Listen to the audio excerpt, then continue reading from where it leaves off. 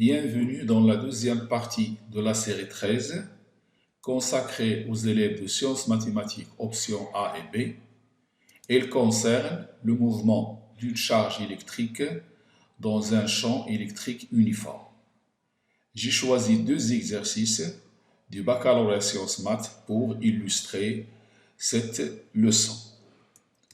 Le premier exercice, étude de l'action d'un champ électrostatique uniforme sur un faisceau d'électrons. J.J. Thomson, physicien anglais, étudia l'action d'un champ électrostatique uniforme et l'action d'un champ magnétique uniforme sur un faisceau d'électrons homocénétique de vitesse V0 pour déterminer la charge massique E sur M de l'électron avec M la masse de l'électron et E la charge élémentaire. On se propose dans cette partie de déterminer ce rapport en se basant sur deux expériences. On considère que le mouvement de l'électron se fait dans le vide et que son poids n'a pas d'influence sur le mouvement. Dans cet exercice, on verra que la première expérience, celle du faisceau d'électrons dans un champ électrostatique. La deuxième partie, on la verra dans la partie 3 de cette leçon consacrée au mouvement d'une particule chargée dans un champ magnétique. Un faisceau d'électrons produit par un canon à électrons arrivant en haut avec la vitesse V0 égale à VI. C'est une vitesse horizontale. Soumis au cours de son mouvement le long de la distance B à l'action d'un champ électrostatique E, uniforme créé par deux plaques planes P et P', orthogonales au plan X ou Y et distantes de L. La figure 1. Deux plaques de longueur D, distante de L, entre lesquelles un faisceau d'électrons homocénétique, ça veut dire tous les électrons ont la même vitesse initiale. On désigne par U Vp moins Vp', la différence de potentiel entre P et P', et par D la distance du point I à l'écran fluorescent. Et grand D, c'est la distance du point I jusqu'à l'écran. Le mouvement de l'électron est étudié dans le repère orthonormé ou IJK, associé à un référentiel terrestre supposé galiléen. On prend l'instant où l'électron passe par O comme origine des dates t égale à 0. Première question, montrer que l'équation de la trajectoire du mouvement de l'électron dans le repère R ou IJK s'écrit Y égale EU sur 2LM V0 carré fois X au carré. Donc, on va donner le schéma de la situation. Deux plaques avec un faisceau d'électrons qui a une vitesse initiale horizontale pénétrant par. Donc, donnons d'abord les conditions initiales de cette situation. Alors, l'électron entre par le point O, donc son abscisse initiale et son ordre initial sont nuls. Sa vitesse initiale, elle est horizontale. Donc, V0x c'est V0 et V0y c'est 0. Le champ électrostatique, il est dirigé du plus vers le moins, il est vertical, dirigé vers le bas. Donc, il a deux composantes, EX qui est nul, EY qui est égal à moins E. L'électron, il est soumis à une seule force, la force électrique, et on lui applique la deuxième loi de Newton dans un référentiel terrestre supposé galiléen. Ça veut dire on va écrire sigma des forces qui est égal à F électrique égale à MA. On remplace F par QE, la force électrique égale à MAG. On en déduit que l'accélération égale QE sur M. On connaît maintenant l'expression de l'accélération.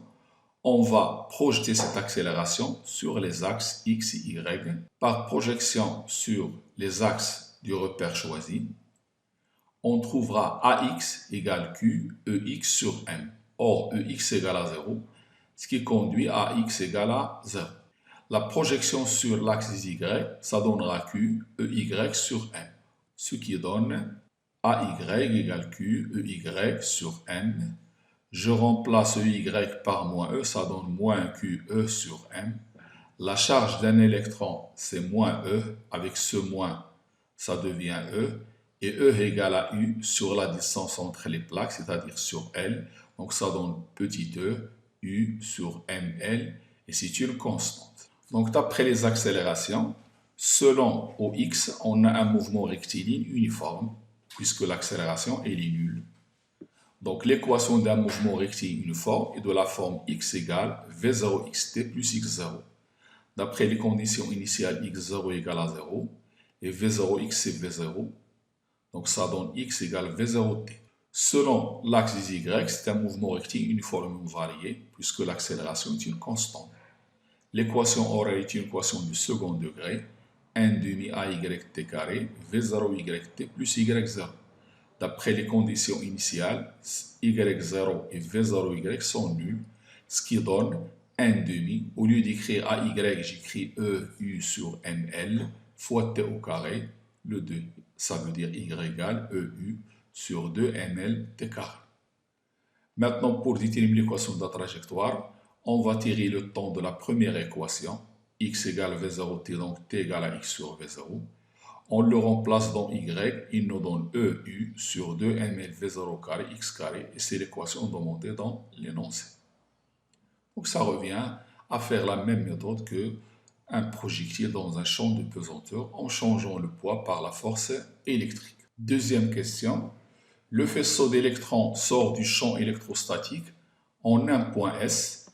Il poursuit son mouvement et heurte l'écran fluorescent en un point N. La droite T représente la tangente à la trajectoire au point S. La figure 1 qu'on va voir montrait que la déviation électrique O'M d'un électron s'écrit O'M égale petit e, grand D, petit d, U sur L, M, V0 carré. Le schéma de la situation est le suivant. On a ici les deux plaques. On a déterminé l'équation de la trajectoire entre les plaques, c'est une parabole.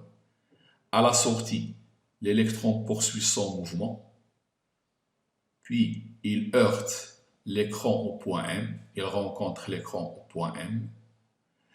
Cette droite en pointillé, c'est la tangente à la courbe en S.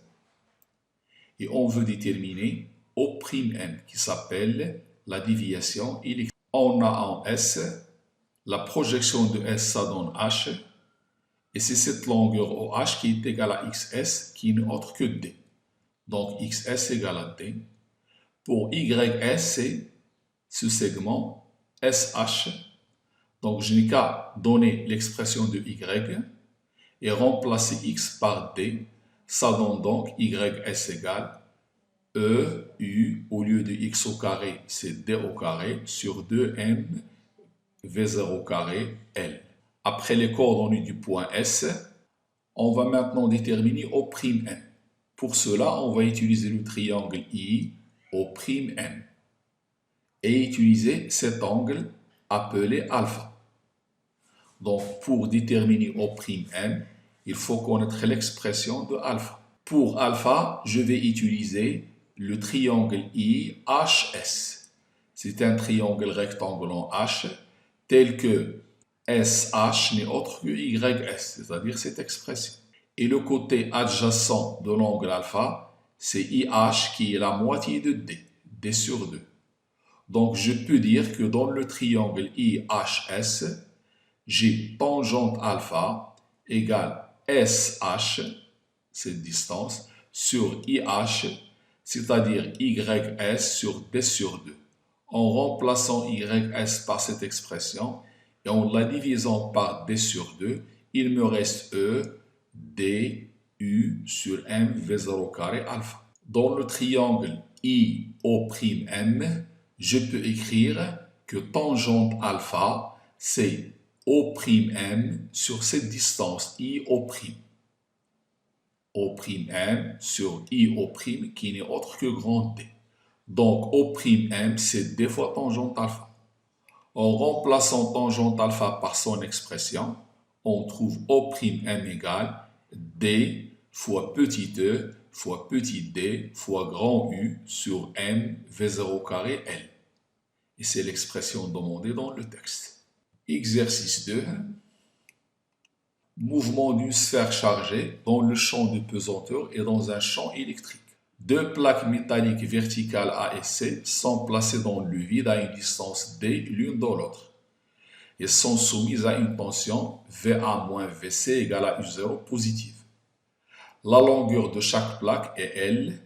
Entre les deux plaques règne un champ électrostatique uniforme E. Une petite sphère S pesante de masse petit m portant une charge positive Q est abandonné sans vitesse initiale à l'instant t égale à 0 au point M0. Il est écrit ici une petite sphère S pesante. Ça veut dire que c'est une sphère qui possède une masse et qui a un poids portant une charge positive Q est abandonné sans vitesse initiale à t égale à 0 du point M0. On étudie le mouvement du centre d'inertie G de la sphère S dans un repère orthonormé R ou IJ lié au référentiel terrestre considéré galiléen. Les coordonnées du point M0 dans le repère R ou IJ sont x0 c'est T sur 2, y0 égale à L, la figure 3. Entre les deux plaques, la sphère est soumise en plus de son poids à la force électrostatique. Donc la sphère est soumise à deux forces, la force électrostatique et le poids. On a un ensemble de données. Première question. En appliquant la deuxième loi de Newton, établir les équations horaires du mouvement x de t, y de t du centre d'inertie en fonction de u0 et de t, en unité du système international. Ça veut dire que le temps doit être en secondes, la masse en kilogrammes et la longueur en mètres. Le schéma de la situation, on a ici une sphère qu'on lâche à partir de M0 et qui va avoir un mouvement dans un champ électrique et dans un champ de pesanteur. Les forces agissantes sur la sphère sont le poids égal à mg et la force égale à QE. Donc ici, la force électrique QE, puisque la sphère porte une charge positive, la force électrique et le champ ont le même sens, voire court. Puis il y a le poids dirigé vers le bas, donc la sphère est soumise à deux forces F et P. On va donner d'abord les conditions initiales de cette situation. Le x0 d'après le texte c'est D sur 2, le y0 c'est L. Et puis le v0 x c'est 0 et le v0 y c'est 0 puisqu'il est abandonné sans vitesse initiale. On va appliquer maintenant la deuxième loi de Newton à la sphère. On trouvera P plus F égale à ma. On va projeter sur les deux axes, c'est-à-dire sur OX et sur OY. On obtient, selon OX, on n'aura qu'une seule force, c'est F, puisque P est perpendiculaire à l'axe. Donc on aura F égale à M à X. Et F c'est QE, donc ça donnera QEX égale à M à X. On remplace EX par E, puisqu'elle a le même sens et la même direction que l'axe. Et je trouve que A, c'est QE sur M qui est une constante. La projection sur Y, ça me donnera moins P égale à M à Y. J'en déduis que AY égale à moins G, c'est une constante. Donc je peux déduire que sur l'axe des X, le mouvement est rectiligne uniformément varié, puisque l'accélération est constante. Et du coup, son équation horaire est une équation du second degré, 1 demi ax t carré v0 xt plus x0. v0x d'après les conditions initiales c'est 0, x0 c'est d sur 2. Ça donne donc x égale QE sur 2m t carré plus d sur 2. J'ai remplacé AX par QE sur M. D'après les données de l'exercice, Q sur M sera remplacé par 10 puissance moins 6. E sera remplacé par U0 sur D avec D égale à 4 cm. On obtient comme application X égale 1,25 10 moins 5 U0 T carré plus 2 10 moins 2. J'ai remplacé D par 4 10 moins 2. J'ai remplacé Q sur M par 10 puissance moins 6 et E par U0 sur 4 10 moins 2. J'obtiens l'équation horaire selon l'axe des X. Puisque l'accélération sur l'axe des Y est aussi constante, le mouvement est aussi sur Y, rectiligne, uniformément varié. Son équation horaire est une équation du second degré, 1 demi AY t carré, V0Y plus Y0. Y0 c'est L, V0Y c'est 0, et AY c'est moins G, ça donne donc moins 1 demi G t carré plus L. En remplaçant G par 10 et L par 1 mètre, on obtient l'équation Y égale moins 5 t carré plus 1. Donc il est dit dans l'énoncé les équations horaires en fonction de U0 et de T. Voilà, en fonction de t, en fonction de u0 et de t. Deuxième question, déduire l'équation de la trajectoire du centre d'inertie G de la sphère. On va éliminer le temps entre les deux équations. C'est-à-dire, on prendra le temps d'une équation horaire, on le remplace dans l'autre équation horaire. Tirons le temps à partir de x, qui était égal à 1,25 10-5 u0 t carré plus 2 10-2. On obtient que t s'écrit x moins 2 10-2 sur 1,25 10-5 fois u0. On le remplace dans y de t, c'est-à-dire je remplace t au carré dans y de t. J'obtiens, au lieu de t au carré, j'écris cette expression. En développant ce calcul, je trouve moins 4 10 puissance 5 sur u0x plus 8 10 puissance 3 sur u0 plus 1. Donc c'est l'équation de la trajectoire. C'est une équation du premier degré. Donc la trajectoire de cette sphère est une trajectoire rectiligne. Ce n'est pas demandé dans le texte, c'est seulement une précision ou bien une remarque. Dernière question. Pour une valeur déterminée de la tension U0, la trajectoire du centre d'inertie G de la sphère passe par le point P de coordonnées D0. Montrez que U0 est égal à 8 kV. Donc lorsque la sphère va passer par P, ses coordonnées sont D et 0. Et on veut calculer ou bien montrer que U0 est égal à 8000 volts.